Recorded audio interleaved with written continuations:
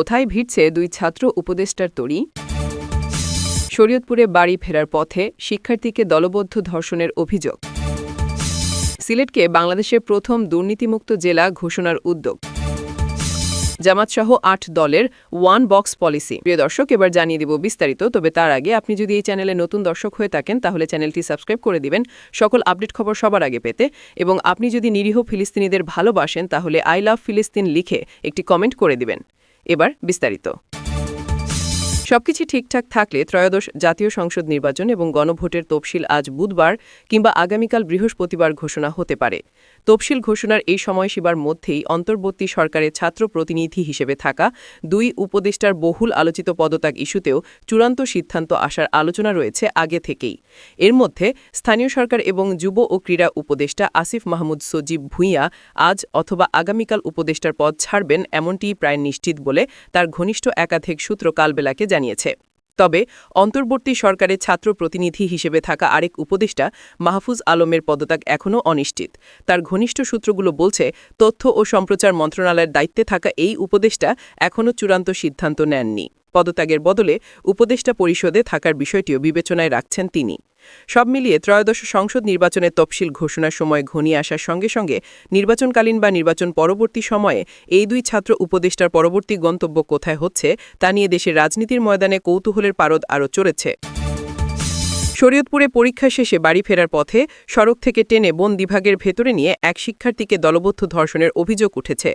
মঙ্গলবার ৯ ডিসেম্বর সন্ধ্যায় জেলা শহরের বন বিভাগ কার্যালয়ের এরিয়ার ভেতরে এই ঘটনা ঘটে। বর্তমানে গুরুতর অবস্থায় ওই শিক্ষার্থীকে শরীয়তপুর সদর হাসপাতালে ভর্তি করা হয়েছে। ভুক্তভোগী অনার্স প্রথম বর্ষের ওই শিক্ষার্থী জানান, বিকেলে পরীক্ষা শেষে তিনি এক সহপাঠীকে নিয়ে বাড়ির উদ্দেশ্যে রওনা দেন। বাসের অপেক্ষা না করে দুজনে হেঁটে বন বিভাগের সামনে পৌঁছলে হঠাৎ কয়েকজন যুবক তাদের গতিরোধ করে এক পর্যায়ে জোরপূর্বক ভেতরে নিয়ে গিয়ে তাকেও তার সহপাঠীকে মারধর করে, মোবাইল ছিনিয়ে নেয় এবং টাকা দাবি করে। টাকা দিতে অস্বীকার পণ্যে তার সহপাঠীর গলায় ছুরি ধরে তাকে বন বিভাগের ভেতরে ৩ যুবক পালাক্রমে ধর্ষণ করে বলে অভিযোগ করেন তিনি। পরে ২ ঘণ্টা আটক রেখে ভয় ভীতি দেখিয়ে তাদের সড়কে ছেড়ে দেয় অভিযুক্তরা। তার সহপাঠী জানান, দুজন ছেলে আমাদের থামিয়ে জোর করে ভেতরে নিয়ে যায়। পরে আমাদের মারধর করে আমার গলায় ছুরি ধরে আটকে রেখে আর আমার বান্ধবীকে জঙ্গলের ভেতরে নিয়ে যায়।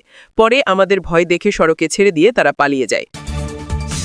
দুর্নীতির বিরুদ্ধে তারুণ্যের একতা গড়বে আগামীর শুদ্ধতা, এই প্রতিপাদ্য সামনে রেখে সিলেটের নানা আড়ম্বরপূর্ণ কর্মসূচির মধ্য দিয়ে উদযাপিত হয়েছে আন্তর্জাতিক দুর্নীতি বিরোধী দিবস। মঙ্গলবার ৯ ডিসেম্বর দুর্নীতি দমন কমিশনের সিলেট বিভাগীয় ও জেলা কার্যালয় এবং সিলেট জেলা প্রশাসনের আয়োজনে দিবসটি পালন করা হয়। এতে প্রধান অতিথি ছিলেন সিলেটের বিভাগীয় কমিশনার খান মোহাম্মদ রেজা উন নবী। এদিন দিবসটি উপলক্ষে জেলা কালেক্টরেট মাঠ ও সংলগ্ন সড়কে মানববন্ধন অনুষ্ঠিত হয়। এতে বিভিন্ন সরকারি বেসরকারি দপ্তর, ব্যাংক, এনজিও, শিক্ষা প্রতিষ্ঠানের শিক্ষার্থী, সাংবাদিক ও সুশীল সমাজের প্রতিনিধিরা অংশ নেন। এর আগে জেলা প্রশাসকের কার্যালয়ের সামনে থেকে বেলুন ফেস্টুন উড়িয়ে একটি বর্ণাঢ্য র্যালি বের হয়। র্যালিটি নগরীর বন্দর পয়েন্ট প্রদক্ষিণ করে কালেক্টরেট মাঠে সমাপ্ত হয়। এরপর জাতীয় সংগীত পরিবেশনের সঙ্গে সঙ্গে এবং জাতীয় ও দুদকের পতাকা উত্তোলন পূর্বক আন্তর্জাতিক দুর্নীতি বিরোধী দিবসের আলোচনা শুরু হয়। আসন্ন ত্রয়োদশ সংসদ নির্বাচনে জয় পেতে বহুমুখী তৎপরতা চালাচ্ছে জামায়াতে ইসলামী সহ সমমানা ৮ দল। নির্বাচন নিয়ে বিভিন্ন কৌশল নির্ধারণ ও প্রার্থী চূড়ান্তকরণে দফায় দফায় বৈঠক করছেন ৮ দলের লিয়াজন কমিটির নেতারা। এরই মধ্যে একক প্রার্থী ঘোষণার লক্ষ্যে আসন সমঝোতা নিয়ে আলোচনা শুরু করেছে দলগুলো। প্রথমে জামায়াতে ইসলামী সমমানা অন্যান্য দলের প্রতিনিধির সঙ্গে পৃথকভাবে আলোচনা করছে। পর্যায়ক্রমে অন্য দলের সঙ্গে আলোচনা শেষে সব দল নিয়ে একসঙ্গে বসে আসন ভাগাভাগের বিষয়ে সমঝোতা হবে। কোন দলের কী চাওয়া সে বিষয়ে জানছে জামায়াত। মুখ্য উদ্দেশ্য ওয়ান বক্স পলিসি তথা একটি বাক্সে ইসলামী দলের সব ভোট দেওয়া এবং ৮ দল মনোনীত প্রার্থীকে সর্বাত্মকভাবে বিজয়ী করা। গতকাল মঙ্গলবার থেকে আসন সমঝোতা নিয়ে আনুষ্ঠানিক আলোচনা শুরু হয়েছে। শীঘ্রই প্রতিটি আসনের বিপরীতে একক প্রার্থীর নাম ঘোষণা করা হবে। তবে আসন্ন নির্বাচনে জামায়াত সহ কোনো দলেরই নারী সংসদ সদস্য প্রার্থী নেই। এদিকে শতাধিক আসনে সমমানা দলগুলো আসনের চাহিদার কথা জামায়াতে ইসলামীর কাছে প্রস্তাব দেবে বলে সংশ্লিষ্ট সূত্র জানিয়েছে। তার মধ্যে মাওলানা মামুনুল হকের নেতৃত্বাধীন বাংলাদেশ খেলাফত মজলিস রিকশা প্রতীকে কমপক্ষে ৭০টি আসন চাইবে বলে জানা গেছে।